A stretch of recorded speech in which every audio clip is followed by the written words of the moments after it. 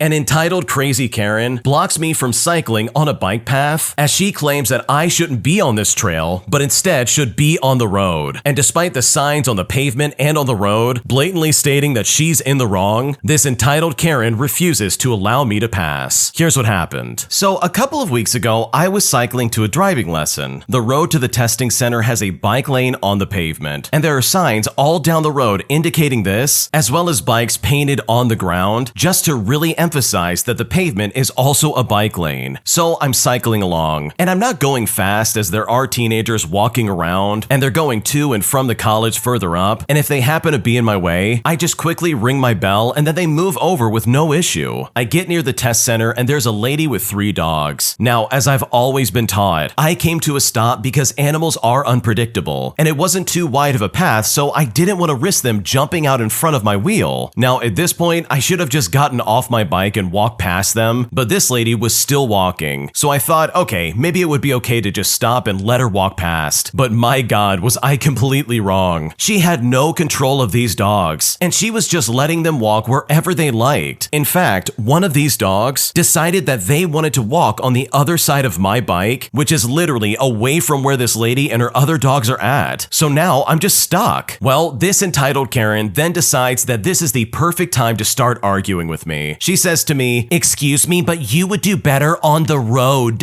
I look up at her and I say, "Oh no, it's okay. This is a cycling path." This entitled Karen then screams at me, "No, it has pedestrian priority." I try to tell her that it's also a cycling lane, but this lady cuts me off. She screams out, "Pedestrians have priority." And right then I said, "Well, I know that. That's why I stopped." But she screamed at me that I need to get off the road. Now, at this point, I was getting frustrated too, so I just screamed back and said, "I am on the stupid cycling path." Now, also bear in mind, she is making no move to get her stupid dog out of my way, so I'm essentially just trapped there. The entitled Karen continues to scream at me, repeating over and over again that pedestrians have priority. But I just said to her, "And I stopped my bike, lady. What more do you want?" Now, at this point, her dog had finally moved away enough for me to cycle off, and as I'm leaving, this entitled Karen screams out, "Get off the road. This is pedestrians only." So I just told her to shut up as I cycled away. And trust me, I kept on cycling. I managed to still make my lesson on time, but I had to take about 5 minutes to calm down because I was literally shaking with anger and adrenaline. I mean, honestly, some people just want to go out of their way to shout at people. And unfortunately, it was my turn to be in the firing lane. But regardless, I hope I never have to deal with that entitled Karen ever again. It's so funny to me that people act like this, especially when they have all these signs all around them, as well as the pavement literally right below her, explicitly shouting at her that yes, this is a cycling lane as well. Like she's shaking and shouting that pedestrians take priority, but that's exactly what the guy did. He stopped cycling so that she could pass. Like seriously, what more did she possibly want? Like it really seemed like she just wanted to shout at somebody, and that is so obnoxious. So yeah, hopefully you don't have to deal with that lady ever again, because her attitude was completely unnecessary. If you like Am I the Jerk, you're probably going to love Am I the Genius. Check it out, link down below in the description. Also, go to amithejerk.com/submit if you would like to submit your own stories. Am I the jerk for defending my husband after my brother implied that my husband doesn't make any money? Because right now, my brother and his fiance are very mad at me, claiming that I embarrassed him in front of our parents. And at this point, I seriously don't know what to do. Here's what happened. I'm a 27-year-old female, and I come from a family of white-collar career people. My dad owns his own business, and my mom is a pediatric surgeon. My older brother is a lawyer and loves to boast about how much money he makes. He is always buying new watches and expensive suits, and he also drives a Porsche and is engaged to who will be his third wife. I've always been more introverted than my brother, and I tend to fade into the background. I created and operate my own business, and I make a more than decent living. My husband is a master electrician, and he owns a very successful business. He makes more than 3 times what I do. We are a double income, no kids couple. However, we keep our income very low key, and we don't spend money like my brother does. My parents are aware of how much my husband makes because we paid for their 35th wedding anniversary getaway, and my dad saw the price tag. We were at Mother's Day on Sunday, and both my brother and I bought nice things for our mother as gifts. He bought her jewelry, and I got a certificate for several hand massages at a spa near the hospital that she works at. My mother thanked us, and my brother decided that it would be a good time to brag about how much the necklace cost. He then looked at my husband and jokingly said that my husband could never buy a necklace like the one he got for his mother, and how my husband could never afford anything simply because he was on an electrician's wage. He carried on like that until I had had enough of him insulting my partner, because my husband has worked way harder than my brother to get where he's at. I then yelled at my brother to shut up, and that my husband easily makes twice what he does, and that he should sit down and be more respectful. I told him that Mother's Day is about mom, not you, and those were my exact words. After my brother left, and soon after I snapped at him, I apologized to my mom, and we went on to have a wonderful dinner, where mom told my husband embarrassing stories about me when I was little. My husband thanked me for standing up for him, and my mom told me that she had a lovely night while we were on the phone yesterday, and told me that she used some of the money on the certificate to get her wrists and fingers massaged after a 10-hour surgery. She told me that she was very happy with my gift. Well, my brother's fiance sent me a tirade of messages, absolutely blasting me for embarrassing him in front of our parents and calling me a jerk. Now, I feel bad for causing drama, but I'm happy that I stood up for my husband. So am I the jerk in this situation? What should I do? No, you are not the jerk. If your brother didn't want to get embarrassed, then he should not have set himself up in the way that he did. Like, it's so funny that the fiance's calling in and being like, wow, why would you do that? You humiliated him in front of his parents. And it's like, lady, no, I didn't. He embarrassed himself. He was going in on the original poster's husband and being like, wow, you could never afford what I can afford. I'm so rich. Like, this guy was being a massive jerk. This is the classic case of not getting the full story while also getting a very jaded version of the story at that. I'm sure the brother came home and was like, wow, my sister embarrassed me in front of everybody, but failed to mention how he was also basically calling the husband poor. Like, that is so inappropriate and honestly so unfair. So no, you're definitely not the jerk. Your brother was being a complete clown, and in my opinion, he absolutely deserved to be put in his place. A group of entitled jerks shut down a pool that they broke into by leaving broken beer bottles all over the pool, and as a result, it cost our resort thousands of dollars just to fix it. Here's what happened. Okay, for a bit of background, I work at a resort restaurant. Our resort has around 6 restaurants, with 3 of them also operating pool bars during the summer months. About 2 years ago or so, my coworker's husband, who we will call Dave, witnessed the before and after of a really bizarre situation that quite literally resulted in a pool and a bar getting shut down for the whole weekend. Dave worked in the engineering department for our resort and was given the job to do some maintenance on the pool before it opened in a few hours. As he walked in, tools in hand, he noticed a group of men and women in the pool. Now, them being there was beyond strange because the pool's gates were closed, so only select employees could access it, meaning that these people had jumped the fence to get in. He also noticed the closer he got to them that they were drinking beer from glass bottles, and the women were entirely topless. Dave would then tell my coworker that a few of these guys were looking at these women like hungry wolves, which was really gross to think about. They were also all visibly drunk and very loud. Dave walked up to the group and told them that they weren't supposed to be there and that they needed to leave, but they just kind of brushed him off and said it was fine. Well, Dave didn't want to start any trouble, so he just said that they need to leave before the pool opened and staff showed up, and then he walked away to do what he was supposed to do in the main building. And seriously, to this day, I don't understand why he didn't call security or someone right then and there. Now, I can't remember how long he was gone for, but when he came out, the group of people were gone. However, what was left behind were countless shards of shattered glass all around, as well as inside the pool itself. It was glass of all different colors littering the pool's floor and around the edges. Dave's theory was that the women probably got fed up with the men staring at them, and this resulted in bottles being thrown. They probably left right after that, most likely because even in their drunk states, they either realized that swimming in broken glass wasn't safe, or that they would be royally screwed if they got caught. Now, whether or not it was true, how else would so much glass end up in the pool? Dave immediately called security, and the police got involved, since the broken glass was considered vandalism. Unfortunately, by this point, the entire group was long gone, and at the time, there was no functioning camera, so no suspects could be identified. I mean, no one even knew if they were guests at the resort or people who just lived nearby, so these people just basically got away with it. It took the resort an entire weekend to clean the pool, as it had to be drained, scrubbed from top to bottom, and then filled manually before it could be safely reopened for service again. It was supposed to be a really busy weekend, and this particular pool was a staple of the resort. resort, meaning that this group cost our resort possibly thousands of dollars. Now, I actually didn't know about this story until the day afterwards. On the day of, I was supposed to work a shift at my pool, and unfortunately for me, not only did my bartender call in sick with no substitute, but I was also the only other employee scheduled that day. So I was completely on my own, and I had to deal with a much larger crowd as best as possible. I did have some bartending experience I learned from my coworkers, but I still struggled to keep up on my own, and we didn't have enough staff to spare that day. It was rough, but I made it through. However, ever since then, I've become very strict about glass being anywhere near my pool ever since. Also, on top of that, about a year after that, working cameras were installed at every pool. Aside from this incident, I think there were others that led to it being enforced, but still, it's nice to have just in case. Now, I know it should be obvious why shattered glass doesn't belong in an area where 90% of its inhabitants usually walk barefoot, but please, for the sake of everybody around you, don't ever bring glass into a pool. Yeah, I'm kind of surprised that Dave didn't call the cops or security of some kind, because seriously, those people had glass bottles around a pool. Like, that is a surefire way to get cut up immediately, because there is no good excuse for the way that group was acting. My entitled coworker says he's going to sue the company, all because he thinks it's unfair that I get to charge my electric car at work. And I've honestly never been more blown away by someone's stupidity in my life. Here's what happened. Okay, so my 60-year-old coworker drives a huge truck. I recently took the plunge and got a mini electric SUV, and ever since then, he calls me the fridge driver, which is kind of funny, I'll give him that. Once, I forgot to charge at home and arrived at work with 22% battery. I noticed an outlet very close to my parking spot, so I took the charger to see if it was connected, and much to my surprise, it worked. I didn't want to get in trouble, so I emailed the facilities team asking for permission just in case, and they pretty much said, well, we don't really care, please don't email us. Now, my parking spot was very close to the entrance, and my entitled old coworker, we'll call him Jack for the sake of the story, that's not his real name, uses a cane and parks at the very end of the garage. In fact, I switched spots with him, and he's been very nice to me ever since. And trust me, this part's gonna be important later on. I charge my car twice a week on average, so I've been getting free mobility for about 6 months. Another coworker got an F-150 Lightning, and I was telling her over lunch that she could use my parking spot on the days that I'm not there. For reference, I only go to the office twice a week. And when I said this, my entitled coworker was also there too. I went to show her where the outlet was, and Jack decided to tag along. The whole time, he said to me, hey, this used to be my parking spot. My friend was low on battery, and my car was already full, so we switched spots right there. Jack was making jokes that she drives a more manly car than I do, and he asked questions about how much money we were saving. I said about $80 a week, and my coworker said she used to spend about $100 a week, and this will be a life changer. Now, what followed next is probably the weirdest man-child behavior I've ever seen in my life. For starters, he emailed pictures of both cars charging to my supervisor, asking if this was allowed. And when I was contacted, I showed my supervisor the email from the facilities team. Eventually, Jack demanded to have his spot back. My manager checked with me if I was okay sharing the spot. Also, Jack could charge his car, which I knew was a complete lie, so I told him that he drives a Dodge Ram, it's not electric. He then proceeded to ask for a $5,000 a year gift card just so he could go to the gas station so he could commute to work for free. Eventually, he filed a complaint with HR stating that he's being oppressed all because he doesn't have an electric car. He also goes daily to take pictures of whichever car is charging in the spot, and he stopped talking to us altogether, not even saying good morning. And to top it all off, he said he was going to sue the company after HR rejected his claim. So overall, I'm honestly sick of Jack, and I hope he never bothers me ever again. Yeah, I'm gonna be brutally honest and say that Jack sounds like an idiot. Like, this guy's seriously trying to act like the world is against him, all because he doesn't have an electric car. Like, seriously, what is wrong with this guy? Like, the original poster is just trying to charge their car. This literally does not affect his life in the slightest. So yeah, I hope the original poster doesn't have to deal with Jack either, because this guy sounds like an absolute nightmare. Am I the jerk for telling my wife's family that they can't cook with us in our Airbnb simply because they bailed on our plan of getting an Airbnb as a group in the first place? Because right now, they're calling me greedy and unreasonable, and at this point, I seriously don't know what to do. Here's what happened. So my wife and I have 2 kids, a 6-year-old and a 3-year-old, and my wife has 2 siblings. She has one brother who lives in California, and a sister who's married with 3 kids all under 10, and both of her parents. We are pretty close with my wife's family. We spend a lot of time with them, and all the kids and cousins get along super well. So I think it's safe to say that I have a very good relationship with everybody. The brother is getting married later this summer in Southern California, and the rest of the family, including us, live in the Midwest, and we've planned a big 7-night family vacation down to SoCal for the wedding. So I proposed to the family, namely the 4 of us, my sister-in-law's family, and my wife's parents, to rent out a house for 7 nights while we will be in SoCal. Now, there were some really good reasons as to why we should do this. For starters, there would be more space for everybody instead of living out of a suitcase in a hotel for 7 nights. Also, we would have a kitchen available instead of eating out every single night. My son also has a severe anaphylactic allergy to nuts, so eating out can often be stressful for us as a family. Now, initially, everyone was on board. I estimated that renting a large enough house via Airbnb would be approximately $300 a night per family unit. So basically, $900 a night split 3 ways. Now, there are cheaper ones, but they would be too far from the wedding venue. Now, my sister-in-law and my in-laws learned very quickly that hotel rooms are available for approximately $150 a night. And since finding out about that, they've now bailed on the house idea and have reserved their own hotel rooms. But you know what? It's their money, and I understand that renting a house is a lot of money to pay above the hotel rates. So I honestly have no issue with them changing their mind. My wife and I still want to stay in a house, mainly for access to a full kitchen, so we decided to book an Airbnb. The smaller house will cost us about $350 a night, so we'll be spending about $350 more than planned. Now, we've booked the Airbnb, and the free cancellation period has now expired, meaning that we can't cancel without losing money. When my wife's family learned that we booked an Airbnb, they said to us, "Oh great, we can come to your house and cook some food." But I said to them, no. If you wanted to cook, then you should have reserved a house with us and not make us pay the extra for accommodations with a kitchen and then try to take advantage of that. If you want to use the kitchen, cover the extra $50 a night that we have to pay, and then you can use it. Well, when I said that, they said I was being unreasonable and greedy. So honestly, am I the jerk here? Because right now I'm very frustrated and I don't know what to do. Yeah, your extended family is being super toxic right now. You mean to tell me they waited until you bought the Airbnb just to then turn around and be like, "Oh yeah, can we come over to cook?" Like, no, you can't come over and cook. Are you kidding me right now? We spent so much money trying to get it set up, and you guys straight up bailed to go to a hotel. Like, that's not fair in the slightest. So in my opinion, I think what you're asking is completely reasonable, because I think your wife's family is acting super entitled. An entitled Karen screams at me at work after she makes a mistake when leaving a tip for our restaurant. She even screamed at me so much that I almost started crying. And I'm honestly so sick of dealing with entitled Karens like this. Here's what happened. Okay, so at the time I was 18 years old and I was working at a fast food place. I've only ever seen one of these specific places in my life, but I won't give away the name just in case. But just to give you the basic idea, its food is Italian, which means it's mostly pasta. Sure, we had pizza slices, breadsticks, and salads, but we mostly had pasta dishes. Now, I always worked the closing shift from 5 to 10, which really went from 5 to 11, with all the things that had to be done for closing. Now, I want to say that at about this point, it was around the middle of my shift, or maybe in the first half. I always worked up front, taking orders and running out food for tables. It was business as usual, and then a woman walked in. And yes, dear readers, this is the entitled Karen of the story in the wild. I welcomed her in with my typical, "Hi, welcome to our restaurant. What can I get for you?" She ordered her meal and things went well. I think the total was maybe $10 or around that range. I then rattled off the phrase that's been burned into my brain. I asked her, "Would you like to leave a tip?" Now, when I asked that, surprisingly, she said yes. There were no red flags yet, so I continued. I say to her, "Alrighty, press 1, 2, or 3 on the keypad, then press the green button after that." I watched as she pushed the buttons in that order. Now, the buttons correspond to different tip amounts. The number 1 was for $1, 2 was for $3, and 3 was for $5. So, since she pressed 3 as the final button, it meant that she gave a $5 tip. And after I gave her the receipt, this is where things get really messy. She inspected it intently and then started complaining about how much she had tipped. She said to me, "I am not giving you a $5 tip for a $10 purchase. I pay your salary and this is ridiculous." Now, I was trying to explain that she hadn't listened to what I had said, that I had said 1, 2, or 3, not 1, 2, and 3. Well, this back and forth continued, and some of my coworkers even came to defend me, saying that I have very clear instructions. Some more back and forth happened, and the manager was called to settle this dispute. Now, he was busy, so it would take him a minute or two, but during that time, this entitled Karen stared me directly in the eyes and said to me, "I don't like your awful attitude." I said to her, "Excuse me?" And I was obviously completely shocked. And being as shocked and angry as I was, I felt tears in my eyes because I cry when I'm really angry. Anyways, my manager finally got there and settled this issue. And this is definitely one of those situations that I will never forget. Honestly, I can't stand it when customers don't follow simple instructions, especially when it's on a screen and it's very simple. Like seriously, you shouldn't have to explain to her exactly what button to press. She should just be able to look at the screen and be like, okay, what do I want to do? Like she's sitting there and acting like you somehow tricked her into pressing the wrong button. Also, the fact that she was projecting on you and saying to you, "Oh man, I don't like your bad attitude." Like seriously, lady, you're the only one here with a bad attitude. And I can also say I relate with the original poster because I've been there as well. I've been around customers who have been so nasty that they make me feel like absolute garbage, and they are literally the worst things in the world to deal with. Because seriously, this entitled Karen was completely out of line, and you did not deserve to be treated like that in the slightest. When you subscribe, make sure to hit the bell to turn on notifications. To finish listening to all the stories, check out the playlist at the top of the description. And if you want some chill music to put on in the background, check out easymode.com. If you like Am I the Jerk, subscribe to Am I the Genius. Everything will be linked down below in the description.